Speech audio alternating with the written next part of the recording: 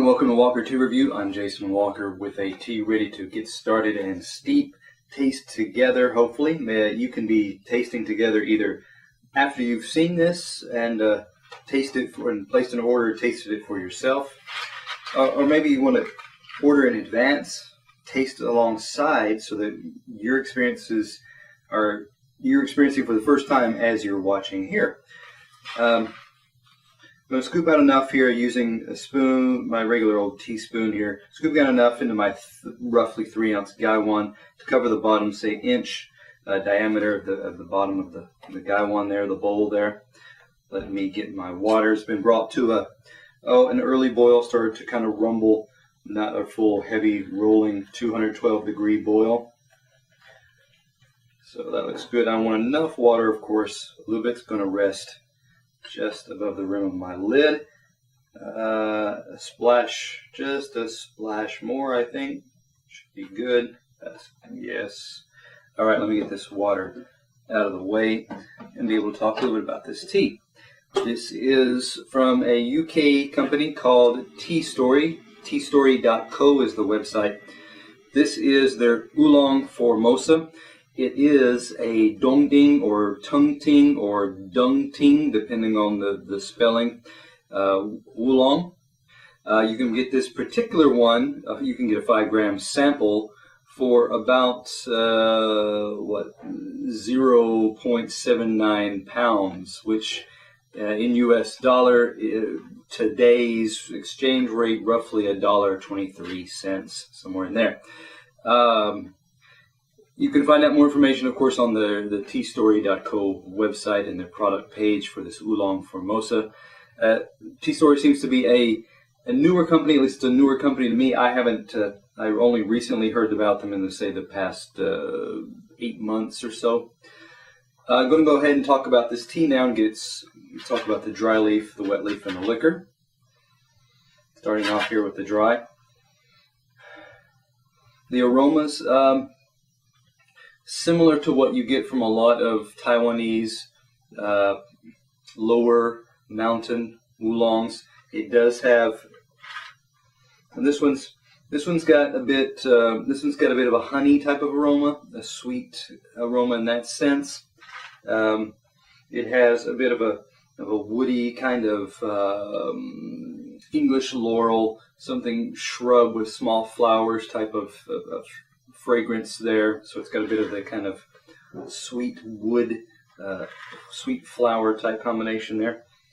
Okay, looking at these leaves, what they smell, again, what I noticed in the smell there was that there wasn't a lot of roasting note to it. So, and as I look at these leaves, some dongdings can get roasted more than others. This one is a bit lighter on the roasting aspect because you get more of the olive green type colors. You get some of the darker, almost nearly green gray, but not really the heavier, darker, almost kind of a charcoal gray brown type colors you can get with more heavy roasting or firing there. You can tell that these look to be individual leaves because they're fairly tightly compact, paper wad type crumples there. You see a little bit of stem, which indicates that some of these will likely have more than one leaf rolled together, but considering the size, they're either small leaves or most of these are individual leaves. So we'll see after it's been steeped there, and I get to look at that. So I'm going to go ahead and do that now. I'm going to angle my lid over to the side a little bit, get my pitcher ready.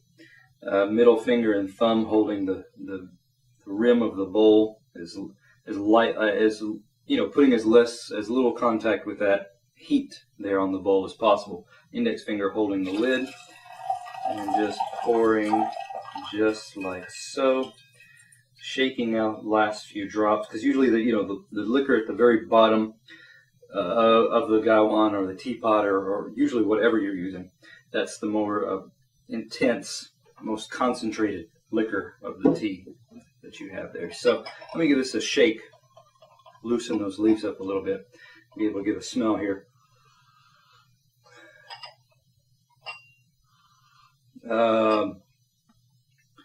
Yeah, still some of the kind of, there's almost a roasted smell coming off now. Roasted peanut, maybe honey roasted peanut, because there is a lot of sweetness there. There's still that kind of sweet wood, sweet vine type of shrub that, like I said, English laurel, excuse me, like I mentioned in the dry aspect, still present. Underneath that, a little bit more of a kind of a beamy, a light. It's light. It's gentle. It's in the neighborhood of a lima bean type of note.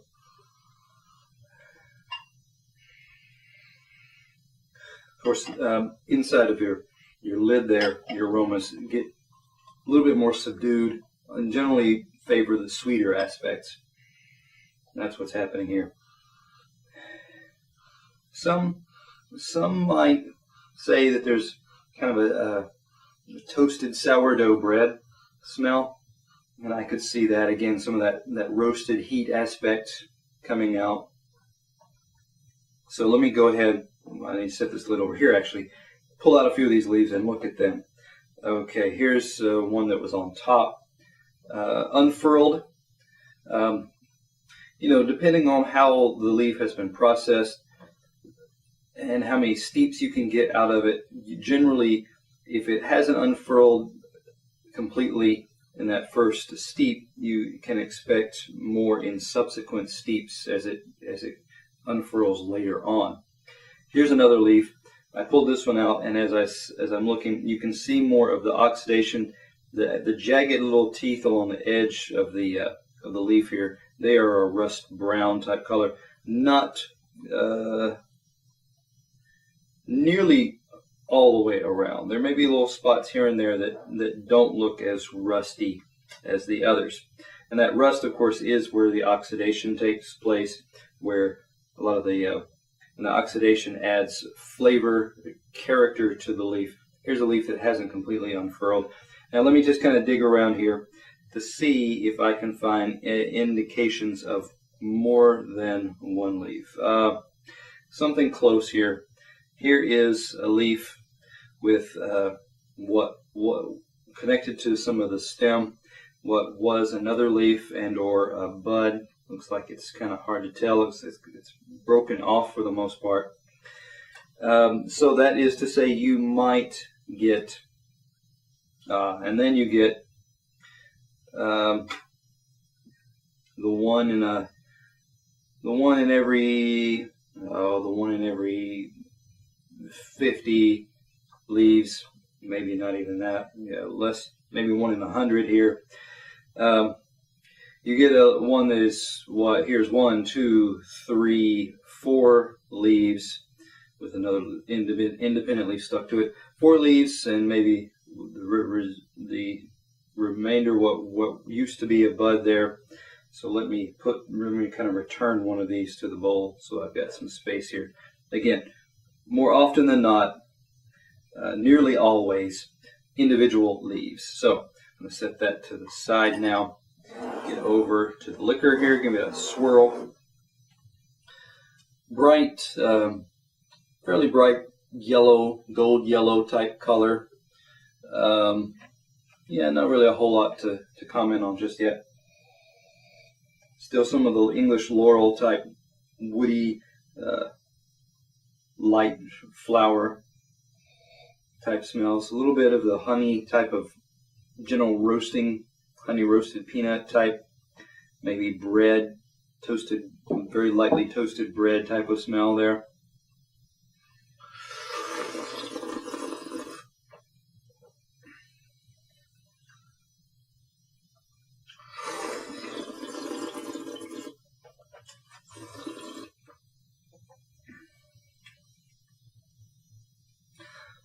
With dongdings, as you ascend the ladder of higher qualities, you're going to find thicker, either brothy to kind of a silken type texture covering your tongue.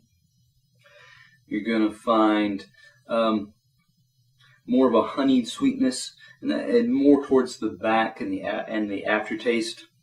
Okay, this one.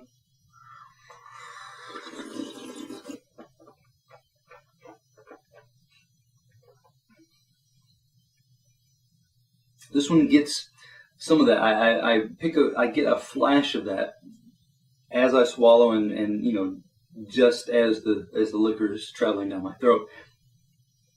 Drops off fairly quickly. I do have a bit of a, and it's more of a lightly astringent feel on the mouth, insides of the cheeks, top of the tongue, a little bit underneath the sides of the tongue. It doesn't feel that even kind of texture. After the sweetness of the aftertaste, yeah, like I said, tapers off quite a bit. The texture rises and falls, has some kind of flutters a little bit. I get some watery type feels, get some kind of watery, thinner type of feeling.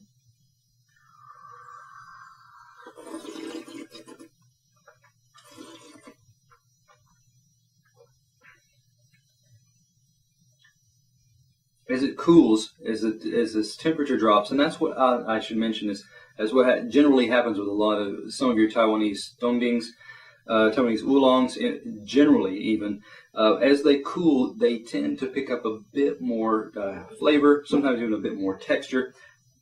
I got more of the buttery, I got more of closer to a buttery type of texture that time as it had cooled a little bit in my cup. Let's give it another shot here.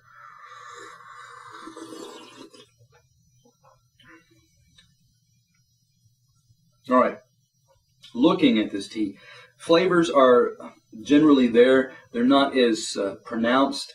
They're not as consistent.